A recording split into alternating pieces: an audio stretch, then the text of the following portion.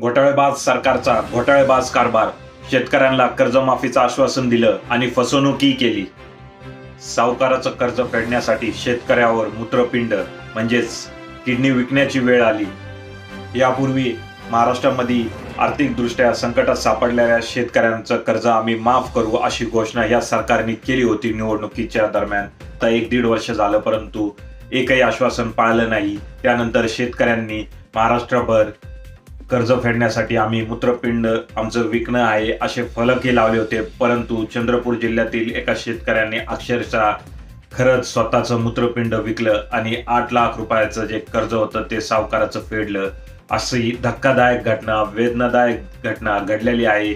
महाराष्ट्राचे मुख्यमंत्री देवेंद्र फडणवीस, उपमुख्यमंत्री अजित पवार, एकनाथ शिंदे यांना कधी जाग येणार? शेतकरी आता आपल्या किडन्या विकायला लागले आहेत कर्ज फेडण्यासाठी, परंतु अजूनही या सरकारने जे आश्वासन दिलं तर कर्जफेडीचं ते केलेलं नाही पूर्ण. या सरकारला चांगला चोप द्या येणाऱ्या निवडणुकीमध्ये, असंच मी तुम्हाला यावेळेस आव्हान करतो.